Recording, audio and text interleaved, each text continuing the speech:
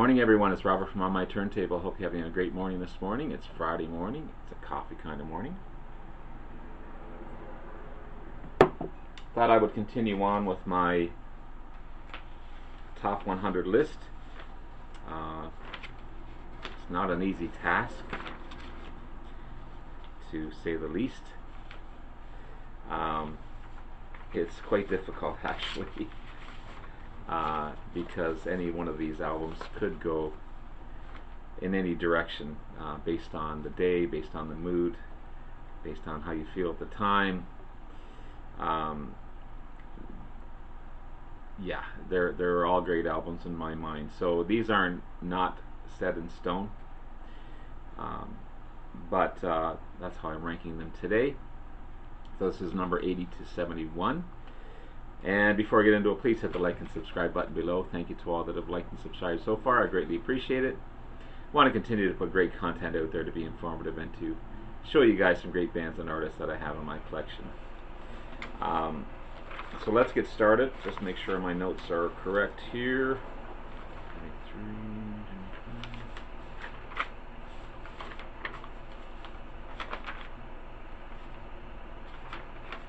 Sorry. Okay, let's get started. So, at number 80, Steve Miller Band, Book of Dreams. A fine album. It's their 10th studio album by the band, released in 1977. 3 big singles off the album: Jet Airliner, Jungle Love, Swing Town. It's one of the most successful albums. I love Wintertime and Threshold and Sacrifice. Great playing by Steve Miller. I'm not sure if he's underrated or not, but he's definitely should be more recognized for his playing. An amazing player. At number 79, there's different versions of this band, and we talked about that in an earlier video. If a band member leaves or passes, should they continue? In this case, I think they did the right thing in having different versions of the band, because the core members of the band remained. But at number 79, this is the Book of Talissine by Deep Purple. A wonderful album. 1968 release. It's a second studio album released by the band just 3 months after their first release, Shades of Deep Purple. The big hit was Kentucky Woman. Also River Deep, Mountain High, another cover. There were 4 originals on this one, 3 covers, but the covers were done the Deep Purple way. Longer tracks and more complex compositions compared to their later heavier rock sound and hard rock sound. This is more progressive, more psychedelic, with Rod Evans on vocals, a smoother singer than Ian Gillan. Ian Gillan's got a powerful screaming voice that we all know and love. And also Nick Simper on bass. Roger Glover hadn't made the band yet. They also do a cover of We Can Work It Out by Lennon and McCartney off of this one as well, which is pretty darn good. This next album could go, again, in 10 different directions. I'm going to say that about all these albums in this list, but after listening to this one, I should have ranked it lower, closer to 1, but anyway, it is where it is. The number 78, Billion Dollar Babies, Alice Cooper.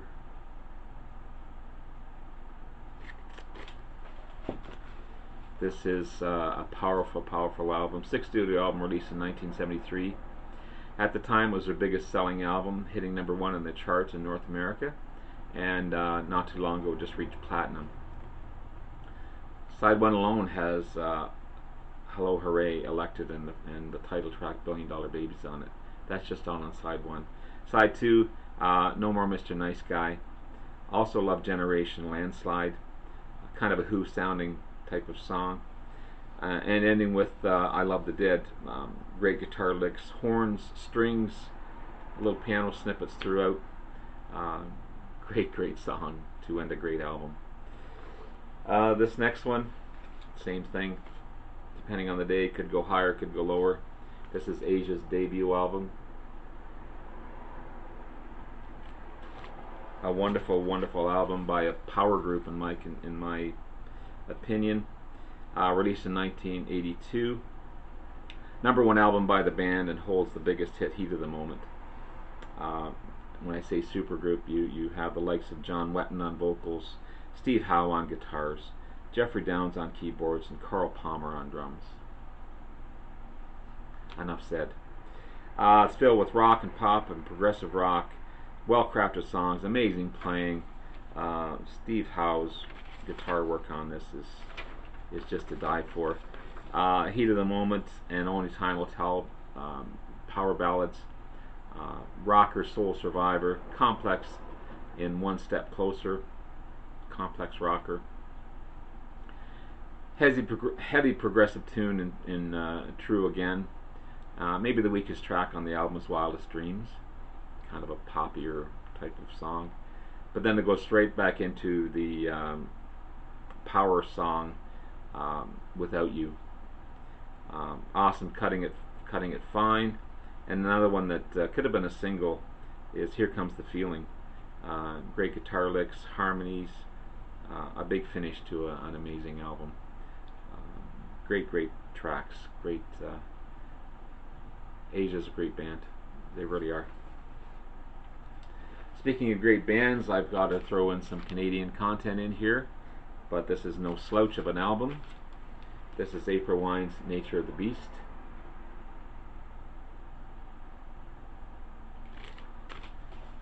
Powerful album by a wonderful Canadian band that should have been bigger than they were or are. It's a nice studio album released in 1981. The band was at its peak at the time, and this one was certified platinum in the U.S., which was surprising because they should have been bigger in the States than they were. But it also hit number 24 in the Billboard's 200 charts. Includes one of April Wine's biggest selling singles, and Just Between You and Me. Also Love, Sign of the Gypsy Queen. Starts off with a rocker, All Over Town. It also, again, the title track, All Over Town. Great rocker to start it off. Tell Me Lies is a cool rocker, and one of my favorites, of course, is Sign of the Gypsy Queen. Awesome ballad, and Just Between You and Me. Very popular track for the band. Straight ahead rock and roll tune, Wanna Rock, and then the great Caught in the Crossfire, straight ahead rocker again. These guys rock. I mean, 3 guitarists in this band. They're just a great rockin' band. Then the heavy Future Tense. And there's a Kiss-like tune called Big City Girls. And then the blistering Crash and Burn, in your face type of rocker. And then you got the dual leads on One More Time. It's a fine tune to end a fine album.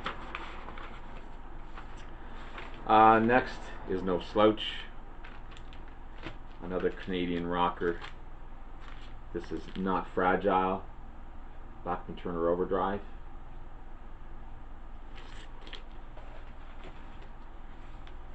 Third studio album, released in 1974. The band's biggest selling album and the only BTO album to reach #1 in the U.S. charts. Randy Bachman's brother Tim Bachman, the rhythm guitarist, had left the band, so they brought in another guitarist called Blair Thornton, and it also gave them a second lead. He was a great lead guitar player, still is. Of course, Randy Bachman being the guitar virtuoso that he is, it just added a bigger sound to their already thundering sound that they had. The band was peaking at the time, and the album produced some great tracks. Roll On Down the Highway, You Ain't Seen Nothing Yet, which became the #1 single off the album, which started out as a leftover. It wasn't going to make the album, and then Mercury Records' Charlie Foch, I think that's how you pronounce his last name, heard that song and then wanted it as a single and became their #1 single. Not Fragile introduced BTO to the world, and it was the band's crowning achievement for sure. At 74, a fine album. This is the Allman Brothers Band, Brothers and Sisters. They were going through some turmoil, some deaths, some drug overdoses, but they put it all together and released this great album. It's their fourth studio album by the band, released in 1973. Ramblin' Man and Jessica are the big hits off the album. Again, another band that was peaking at the time. Sold over 7 million copies worldwide. Ramblin' Man was the band's only hit single, but I also love most of the tunes on this one. It's a shining example of great Southern rock. It really is. It's got blues, it's got boogie, it's got hard rock, it's soulful and gritty. Awesome slide guitar on songs like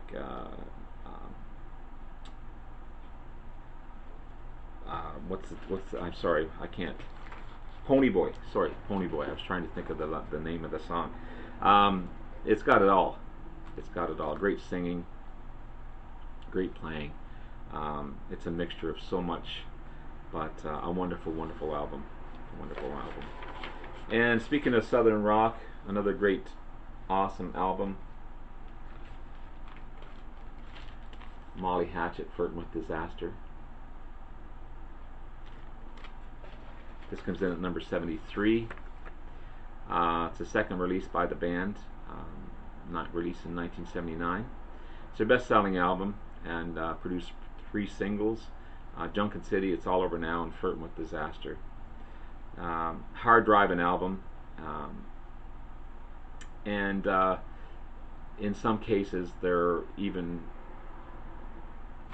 if you compare the two to the Allman Brothers, maybe the Allman Brothers have more professionalism, perhaps, but this is a harder rockin' album and a harder rockin' band than the Allman Brothers, in my opinion.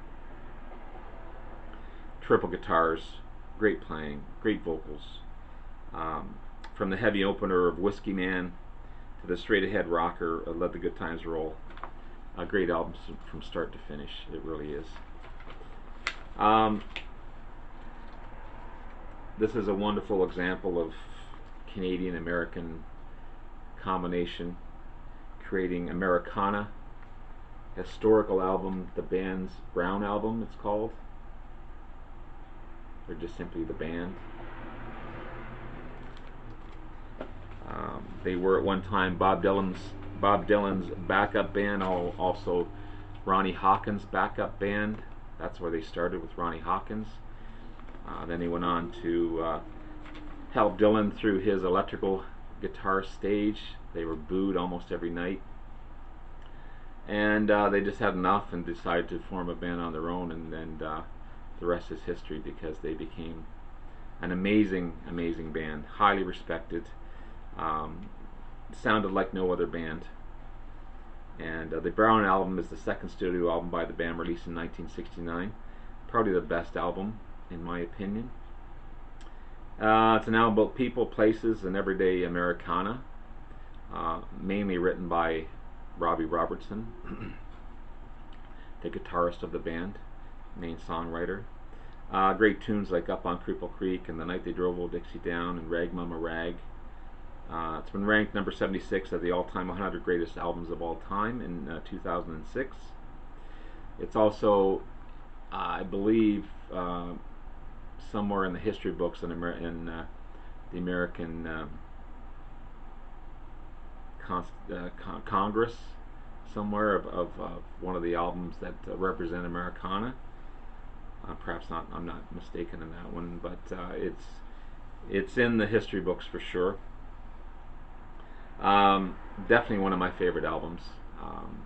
Proud that these guys are 90% Canadian. Again, Eric Clapton wanted to play in this band so bad.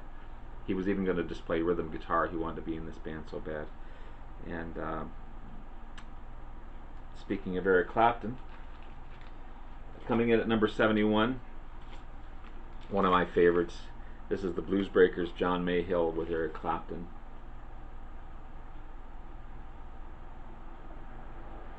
John Mayhill, of course, great blues player. Also has John McVie from Fleetwood Mac on it.